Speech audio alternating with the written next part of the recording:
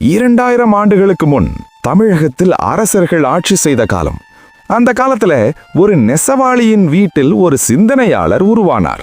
அவர்தான் திருவள்ளுவர். மனித மனசை ஆழமா படிச்சவர். நம்ம மாதிரியே தான் சமூகம் பார்க்கிறார், வலி புரிஞ்சுக்கிறார், அதுக்கு தீர்வு யோசிக்கிறார். அவர் பார்த்த சமூகம் எப்படி இருந்துச்சு தெரியுமா? சாதி வேறுபாடு, ஏழை பணக்கார இடைவெளி, அதிகாரம் உள்ளவங்க நியாயத்தை மிதிச்ச காலம்.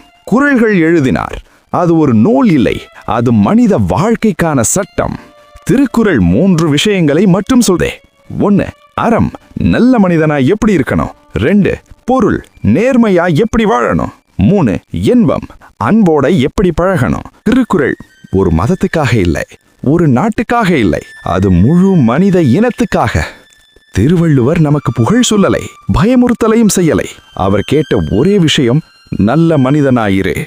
இன்னைக்கு இந்த உலகத்துக்கு அதிகமா தேவைப்படுறது என்ன தெரியுமா? அதிகாரம் இல்லை, அதிக செல்வம் இல்லை, திருவள்ளுவரின் சிந்தனை.